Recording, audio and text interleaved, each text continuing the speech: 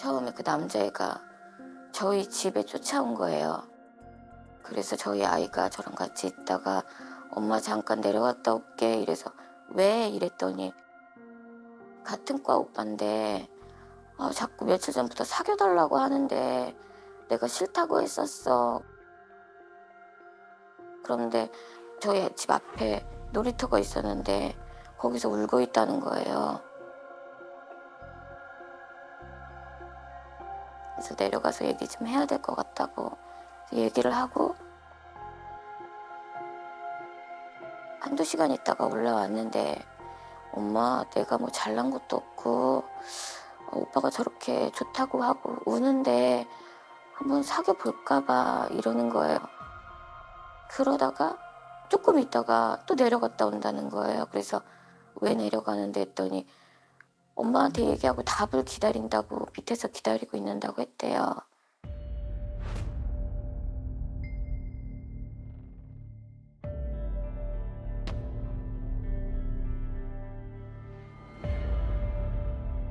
집요한 사람. 그게 엄마 눈에 비친 첫 느낌이 그거였대요. 집요.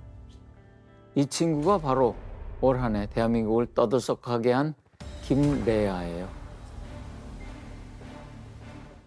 너무 지극히 평범했고요. 그냥 일반인 같았어요. 그때 당시에는. 겉모습은 진짜 번지르르하게 머리도 올백으로 하고 코트 같은 걸 입었는데도 구김 하나 없고요.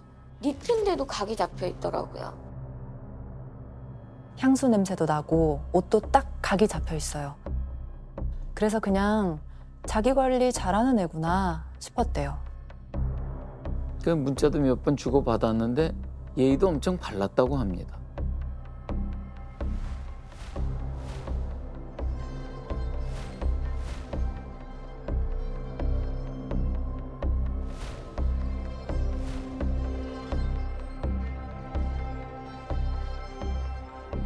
신중하고 조금 소심한 사람. 그 정도로만 생각했어요.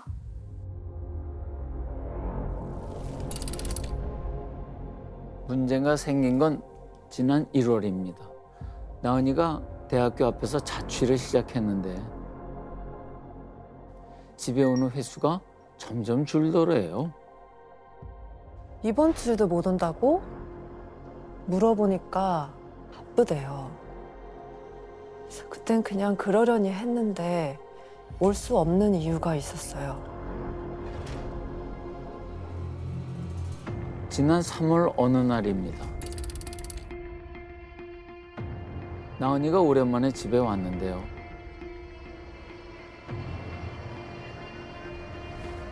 옷을 갈아입는데 보니까 다리에 시퍼런 멍자국이 있어요. 너 다리가 왜 그래? 옷을 갈아입으려고 하는데 보니까 등 돌아서 갈아입는데 다리가 멍이 든 게 보이는 거예요. 그래서 엄마 봐봐 이랬더니 앞이고 어디고 다 멍이더라고요. 목폴러를 입고 있는데 애가 자꾸 손으로 가려요. 젖혀봤어요. 역시나 멍이 있어요. 그리고 팔에도 있어요.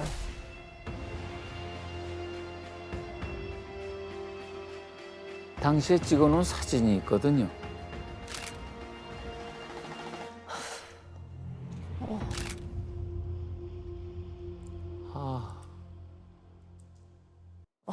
첫 번째 사진 정말 주먹으로 때린 것 같은 그런 멍인데 누가 그랬을까요?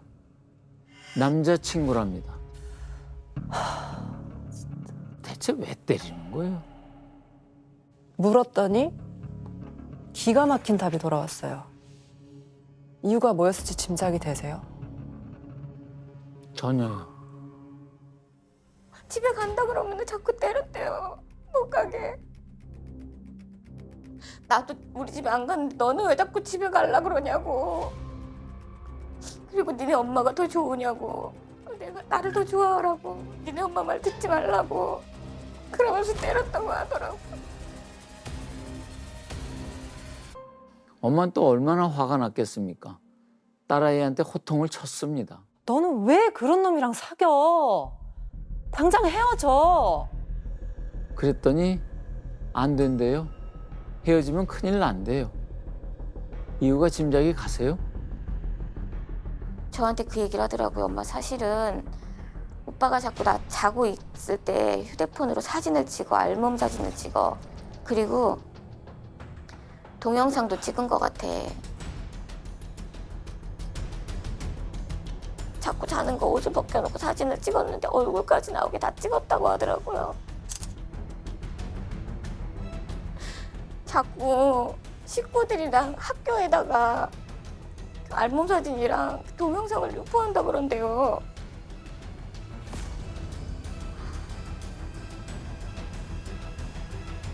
진짜 저거는 아무리 연인이어도 자고 있는 사람을 동의도 없이 그렇게 찍는 거는 범죄죠.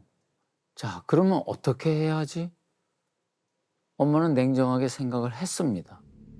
섣불리 신고했다가 그놈이 동영상이라도 퍼뜨리는 날엔 상상도 하기 싫어요. 그래서 엄마가 내린 결론은 조용히 해결하자였습니다. 일단 동영상을 찍었다는 증거부터 확보해야 돼요. 인터넷 찾아보니까 그게 법적 효력이 있다고 해서 성관계 동영상이나 그 알몸 사진을 유포하지 않겠습니다.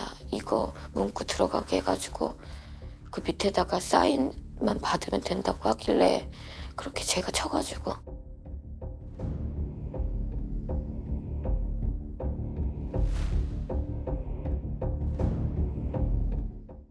여기다 사인만 받아 놓으면 뭐 동영상 찍은 것도 인정하는 셈이잖아요.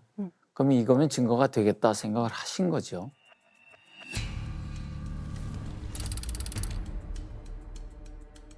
다음 날 새벽같이 딸을 데리고 자취방으로 갔어요. 알고 보니 얼마 전부터 자취방에 들어와서 살고 있대요.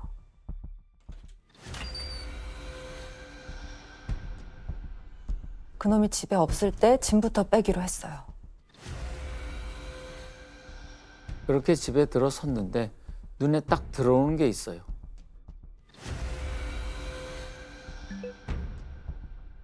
장롱에 웬 종이가 붙어 있는데 보자마자 열불이 확 올라와요.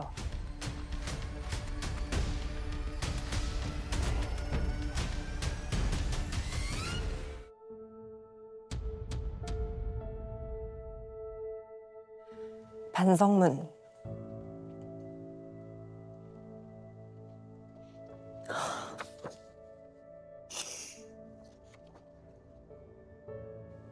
내가 읽을까? 네. 일찍 돌아오겠다고 해놓고 새벽 1시에 들어와서 죄송합니다. 다음부터 말 대답하지 않겠습니다. 핑계대서 죄송합니다. 오빠 은행에서 하루 종일 힘들 때 옆에 있어주지 못해서 미안합니다. 혼자 배고팠을 텐데 챙겨주지 못해서 죄송합니다.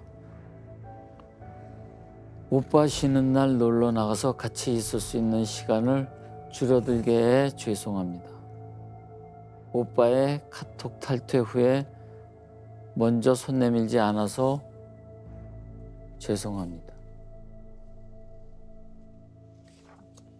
야, 진짜.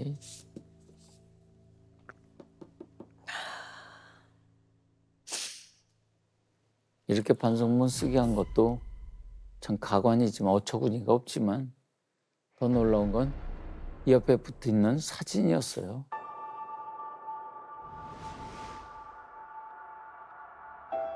딸의 나체 사진이었어요. 그걸 반성문 옆에다 붙여놨어요. 왜 붙여넣겠어요? 뻔하죠. 그쵸? 나 이렇게 반성하고 다시 또 나 화나게 하면 유포한다 이런 협박인 거죠. 악마 같은.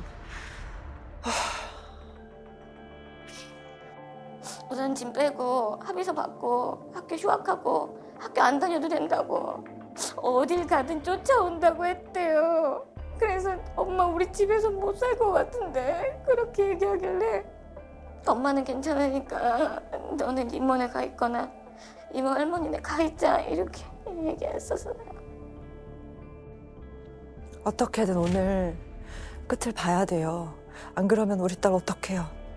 짐부터 얼른 챙겨서 나왔습니다.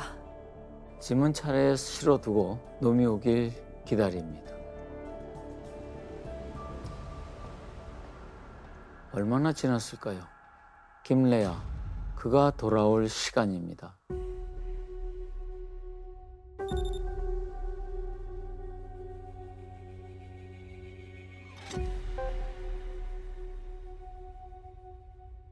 심호흡을 하고 초인종을 눌렀어요.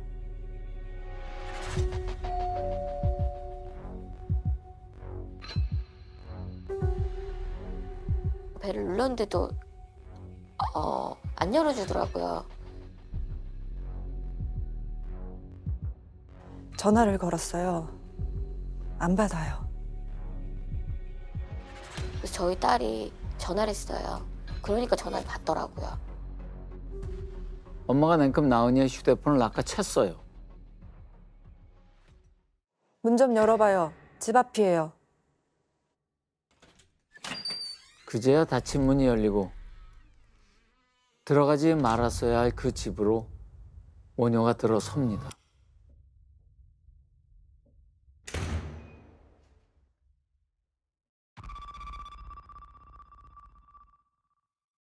들어가서 앉으세요 이래서 저희 둘은 안쪽으로 들어가서 앉았고요.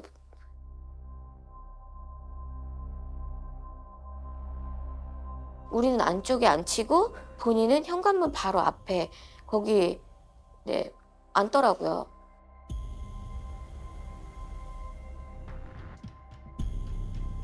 엄마는 준비해온 말을 꺼냅니다. 뭐 절대 화를 내지 않겠다고 다짐 또 다짐하면서요. 애 몸에 멍자국이 있던데 어떻게 된 거예요? 아무 대답이 없어요. 어떻게 된 거예요? 다시 물어도 대답을 안 합니다.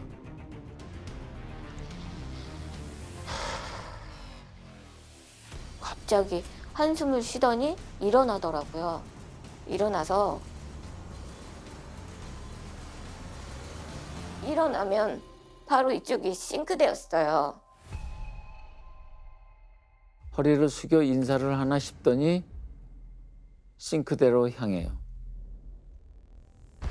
싱크대 위에 칼이 있었는데 갑자기 칼을 잡고 저희 딸 목을 찌르려고 오더라고요.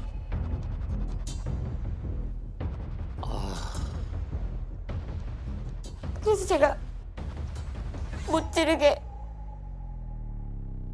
앞으로 갔어요. 저희 딸 막으려고 갔는데 제가 그래서 이쪽이 찔렸거든요.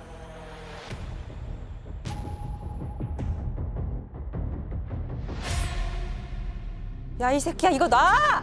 나 괜찮아, 경찰. 빨리 경찰 불러. 맞고 있는 어머니에게 김래아가 칼을 마구 휘두릅니다. 그래서 제가 저희 딸한테 빨리 경찰에 신고하라고 했더니 그 얘기를 들으니까 저희 딸 핸드폰을 발로 찼어요.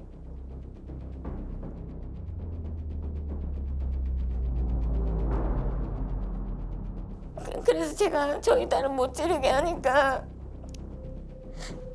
제가 일어날까 봐 사타구니를 찔렀어요. 빨리 나가서 경찰 부르라고.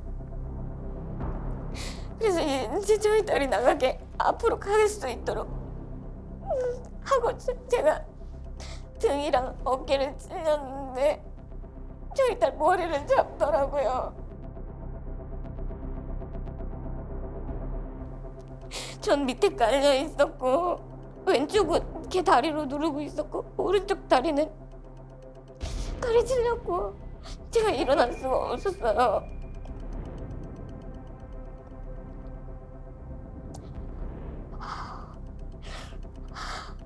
저희 딸을 한 번 찔렀어요.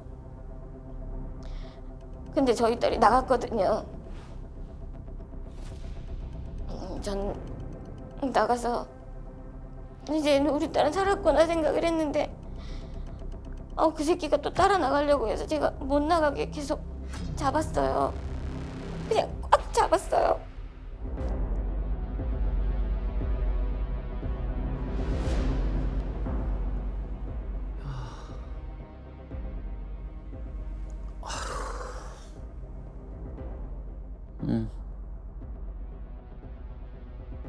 나은이가 밖으로 도망치는 모습을 보고 어머니는 정신을 잃었어요.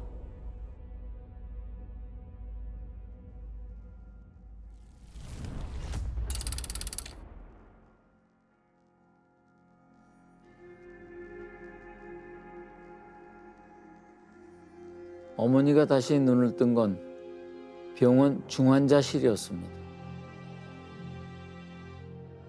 눈 뜨자마자 의료진 붙들고 물었어요.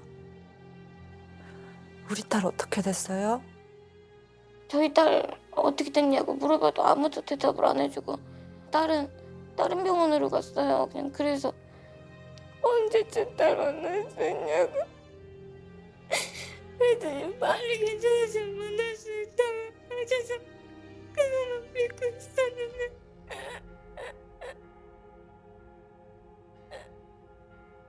거짓말이었어요.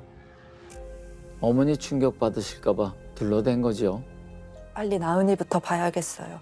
몸을 일으키는데 움직일 수가 없어요. 그도 그럴 것이 13군데를 찔렸어요. 목, 가슴, 등, 다리 성한 곳이 없어요.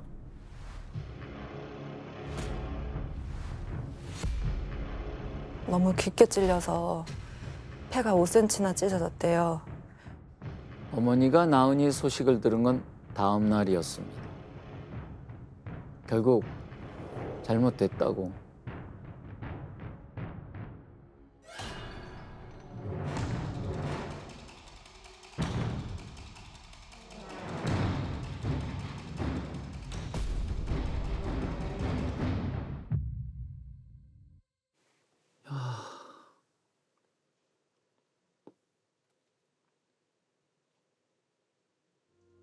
그 이후에 또 정신을 잃어가지고 생각이 안 났어요. 근데 날아나가서까지 그렇게 찔러가지고 그랬던 건 상상도 못했어요. 꿈쩍 같은 딸인데 가는 것도 못 보고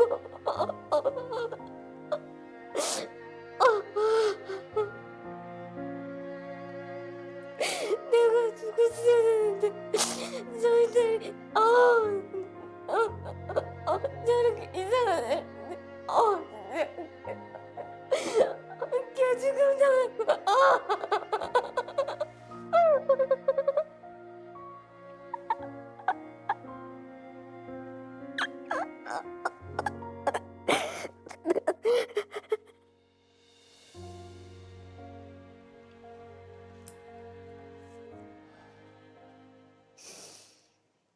그런데 슬퍼할 새도 없이 날벼락 같은 일이 벌어집니다.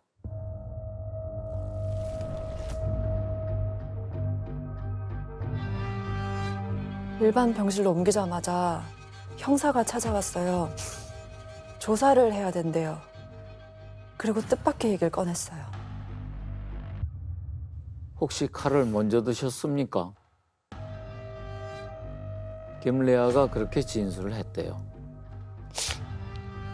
저희 딸이랑 김래아랑 둘이 집에서 자고 있었는데 내가 얘기 없이 와서 칼로 먼저 자기네를 협박을 했다 이렇게 자꾸 얘기를 해서. 왜 이런 주장을 했을까요? 김래아가 대체 왜 그런 얘기를 꺼냈는지 이제 법정으로 가보겠습니다. 김래아 측 주장은 이렇습니다. 피해자 모친이 먹는 것을 나무라며 과도를 들었습니다. 순간 위협을 느껴 피해자 모친이 가지고 있던 과도를 빼앗아 우발적으로 찌른 것입니다. 그러니 선처해 달라는 거죠. 이게 인정되면 형량이 대폭 낮아지겠죠.